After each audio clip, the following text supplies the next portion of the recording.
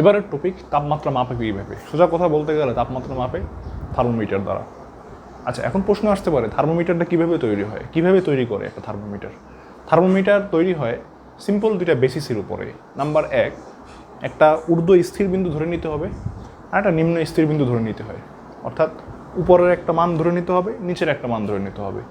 তো এই জিনিসটা প্রথম যিনি ধরছিলেন তাকে বলা হয় বিজ্ঞানী সেলসিয়াস। উনি তাপমাত্রা স্কেলের মান ধরে নিয়েছিলেন যে পানির ক্ষেত্রে পানি 0 ডিগ্রিতে বরফ হয় এবং 100 ডিগ্রিতে বাষ্প হয় আর কি।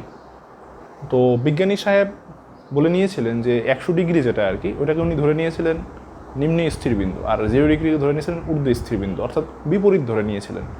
পরবর্তীতে উনি অবশ্য সঠিকটাই ধরে নেন। তো আমরা একটা স্কেল কীভাবে তৈরি করে সেটাও দেখবো, এবং কীভাবে ইকুয়েশনটা সাজানো হয় সেটাও দেখব। ধরা যাক এটা একটা স্কেল, ওকে। এই স্কেলের এই বিন্দুটাকে আমি ধরে নিচ্ছি ঊর্ধ্ব স্থির বিন্দু, আর এটাকে ধরে নিচ্ছি নিম্ন স্থির বিন্দু। মোটামুটি আমরা 5 ধরনের স্কেল দেখব আর কি তাপমাত্রা পরিমাপের। তো এখানে একটা জায়গা আমি সিলেক্ট করে নিচ্ছি এক্স, একদম হুবাহু এই স্কেলের সমান আর একটা স্কেল আঁকবো, আঁকি। আচ্ছা, এই স্কেলের নাম বিজ্ঞানী সেলসিয়াস এর নাম অনুসারে সেলসিয়াস স্কেল বলা হয় আর কি। তো সেলসিয়াস স্কেলে বরফ যে তাপমাত্রায় গলে যায় সেটা হলো গিয়ে 0 ডিগ্রি সেন্টিগ্রেড, আর বরফ গলে পানি হয়, পানি যে তাপমাত্রায় বাষ্প হয় সেটা 100 ডিগ্রি সেন্টিগ্রেড। ঠিক আছে, এই এক্স বরাবর আমি একটা দাগ টানবো, এটাকে আমি ধরে নেব সি। ঠিক আছে, এবার আসবো পরবর্তীতে ফারেনহাইট। ফারেনহাইট স্কেলে যেটা আমরা 0 ডিগ্রি ধরছিলাম সেলসিয়াস স্কেলে, অর্থাৎ পানি যেখানে বরফ থেকে পানি হয়, ফারেনহাইট স্কেলে এই মানটা আসবে 32 ডিগ্রি ফারেনহাইট। আর ঊর্ধ্ব স্থির বিন্দু যেখানে পানি বাষ্প হয়ে যায় সেটার মান আসবে 212 ডিগ্রি ফারেনহাইট। তো এই বরাবর আমি একটা দাগ টেনে আমি এখানে এফ লিখে দিচ্ছি। এটা যে কোনো একটা মান, আমাদের পরবর্তীতে সূত্র বানানোর জন্য আমি ধরে নিচ্ছি এটা। পরবর্তী যেটা সেটা হলো গিয়ে কেলভিন। কেলভিন স্কেলে আমরা যে তাপমাত্রায় বরফ গলে যায় সেটা হয়ে গেল 273 কেলভিন। কেলভিন স্কেলটা একটু ইম্পর্ট্যান্ট। আর যে তাপমাত্রায় পানি বাষ্প হয় সেটা হলো গিয়ে 373 কেলভিন। আমরা এখানে একটা স্কেল ধরে নিচ্ছি কে। আরও দুইটা আছে যেটা তোমাদের বইতে নাই, কিন্তু সেটা ভোকেশনাল স্টুডেন্টরা আমি দেখেছি ওদের সিলেবাসে আছে, আমি জানিয়ে রাখলাম এই জন্য দেখাচ্ছি।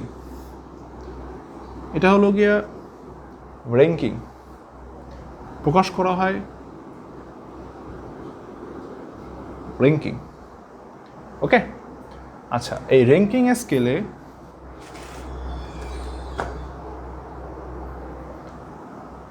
যে তাপমাত্রায় বরফটা গলে সেটা হলো গিয়ে 492 ডিগ্রি আরএন, আর যে তাপমাত্রায় পানি বাষ্প হয় সেটা হলো গিয়ে 672 degree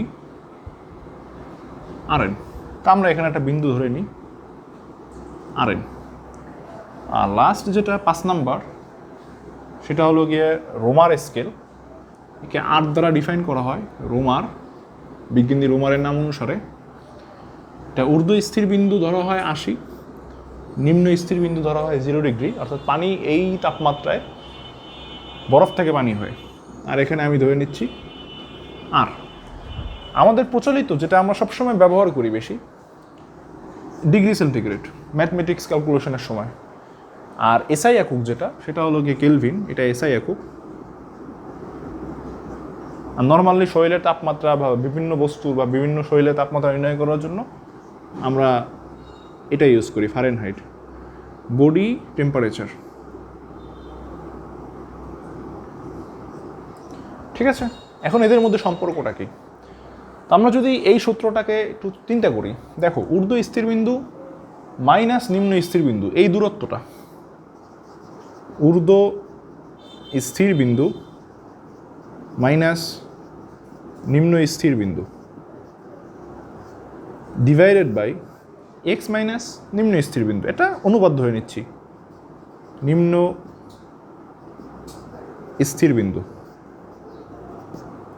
is equal two A scale তো সেম, তাহলে এটার ঊর্ধ্ব স্থির বিন্দু বা স্থিরাঙ্ক 100 ডিগ্রি, এটা 0 ডিগ্রি সেন্টিগ্রেড। তা আমি সেটা লিখে দিতে পারি 100 মাইনাস 0, আর এখানে লিখতে পারি সি মাইনাস 0, সি থেকে 0, অর্থাৎ সি থেকে 0, এখানে যেমন এক্স মাইনাস নিম্ন স্থির বিন্দু এটা। আচ্ছা, এর পরবর্তীটা যদি আসি ফারেনহাইট, এটা 212 ডিগ্রি মাইনাস 32 ডিগ্রি, একদম সেম নিয়ম অনুসারে, এই সূত্র অনুসারে 212 minus 32 divided by F minus 32।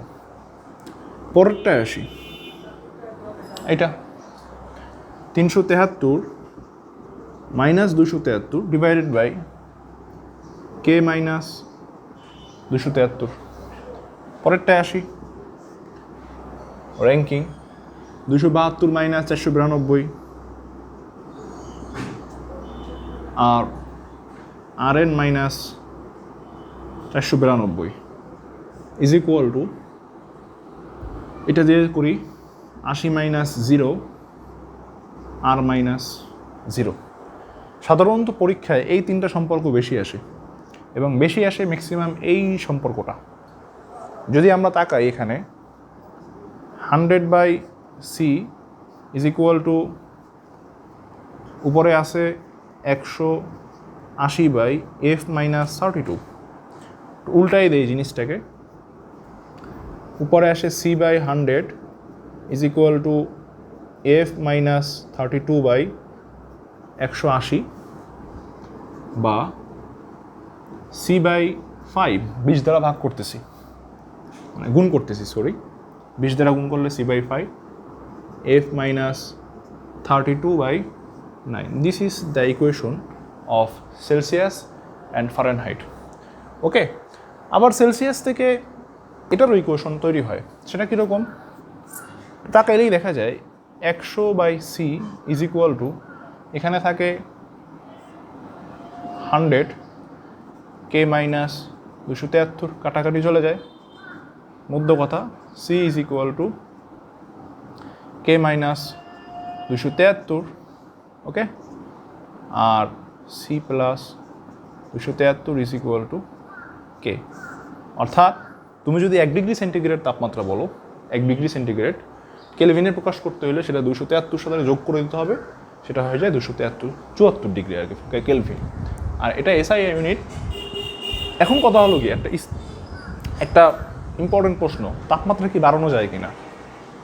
হ্যাঁ, তাপমাত্রা তুমি চাইলে বাড়াতে বাড়াতে ইনফিনিটি পর্যন্ত চলে যেতে পারো, কারণ আমরা জানি যে মহাবিশ্বের অসংখ্য তারকা নক্ষত্র এরা যখন প্লাজমা অবস্থা থাকে এদের অনেক অনেক ডিগ্রি সেন্টিগ্রেড তাপমাত্রা ওঠে, কিন্তু তাপমাত্রা কমিয়ে কমিয়ে কি ইনফিনিটি পর্যন্ত কমাইতে পারবো? উত্তর হলো না।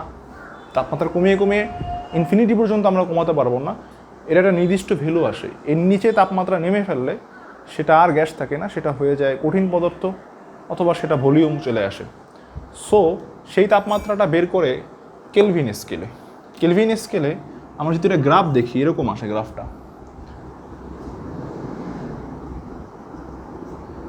Minus 273 kelvin.